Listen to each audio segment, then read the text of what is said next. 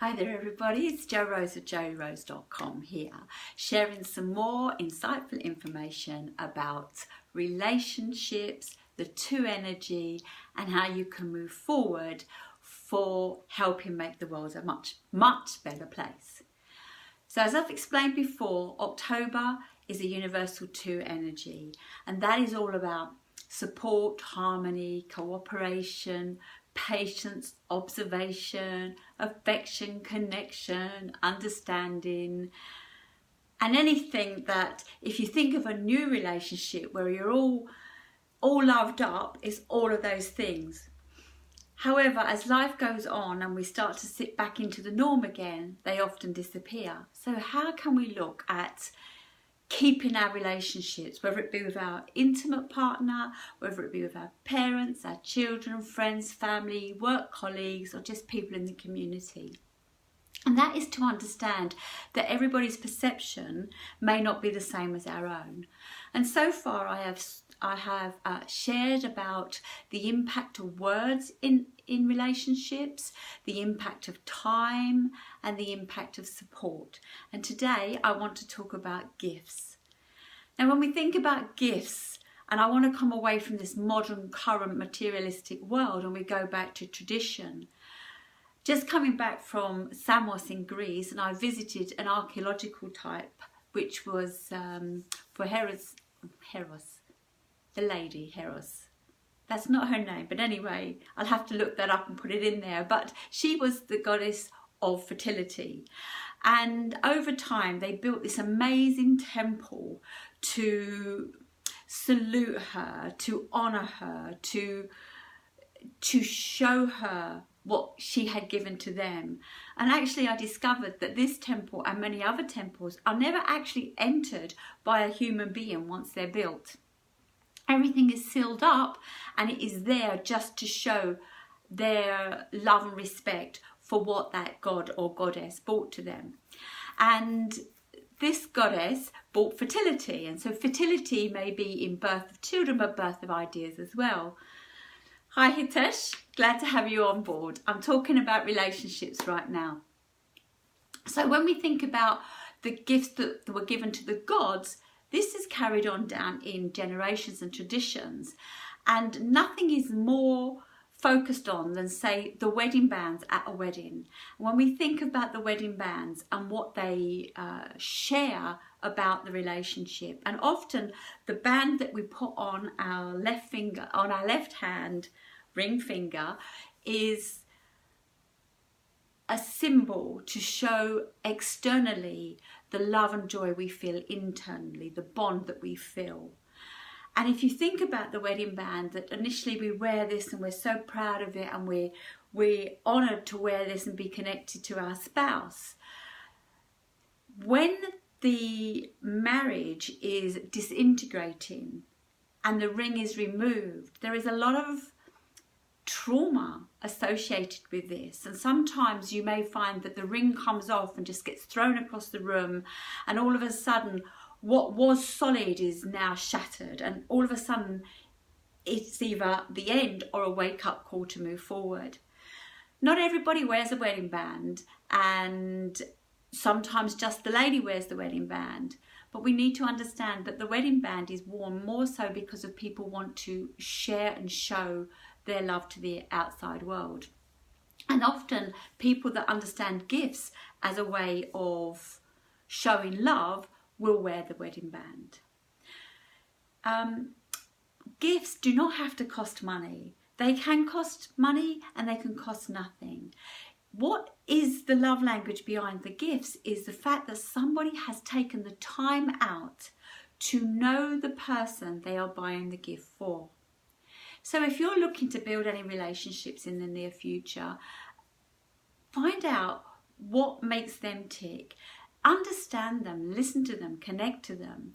Sometimes it may be just a simple gift of flowers or chocolates, or it may be a bigger gift of a piece of furniture or something to help them move forward in their life. It depends where they are and what's going on, but it's down to the giver of the gift to really connect and understand the receiver of the gift. Another thing is often, and again, it's traditional where I come from, and I've raised my children to do this, but many of my friends' children do not do this. And that is that if ever you turn up at somebody's house for dinner, that you tend to take a gift of flowers or chocolates or wine or a drink, or maybe something to go on the table, or just something to pamper the person after putting all the effort in. It's a way of showing appreciation.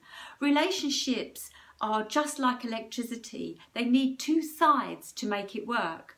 And with electricity, we've got no power until we plug in the plug into the socket and switch the switch on. And relationships are exactly the same as this. Everything is energy. So the next time that you go to visit somebody, whether it's just for a meal or a chat or to stay over, take some time out to say thank you. Because while words say thank you, when you're gone, the words tend to dissipate, but the gift lasts that bit longer. I have a friend who knows that I'm all about love, and one day she was walking along the beach and she found a heart-shaped stone, and she gifted that to me. And even though she no longer lives in this country but overseas in America, I totally know that every time I look at that stone, I feel reconnected to my friend so far away. So the miles do not challenge the relationship. They actually are empowered by this gift, which didn't cost any time. Other gifts can be when you're walking along with your partner or you do something together and there is a gift to seal that moment. As I said, the wedding band really seals the day of the marriage, but there are other gifts that we can have that seal the memory. And really what it is all about memories. As we get older, it's not really the gift, but it's the experience. And so taking times out to think about the gift that you are giving really will, if there's been any challenges, it will make a difference. So simple gifts that you can give is think about your loved one or your children or your family or whoever it is that you're seeing, and think to yourself, what is it that they like? I know that if my daughter's going to visit her boyfriend and there is not a local one where he lives, that if she pops into a certain cookie shop and buys him a cookie and takes it to him, it's like, oh my God, she loves me, because it's a cookie he can't get hold of and it's a cookie that she can and take. And so it makes such a impression on the relationship. A gift that I give is anytime somebody has a new child, is I often give a gift of a Christmas decoration. And I give this gift of a Christmas decoration so that I can set up a tradition, because most gifts are tradition based. As I said, back to the god and goddesses, when we give the gifts or the sacrifices that we made, they were all gifts to show our appreciation. But I give a gift of a Christmas gift when a baby is first born, so that I can set up a practice, which I did with my children, and that was for every year to take them out and buy a Christmas decoration to put in their own little box, so that as each year comes along, this little box grows, so that one day when they have their own home and their own tree and they take out this box that's growing, and if you think my youngest is 17 and my eldest is 22, they've got a fair amount of new decorations in there.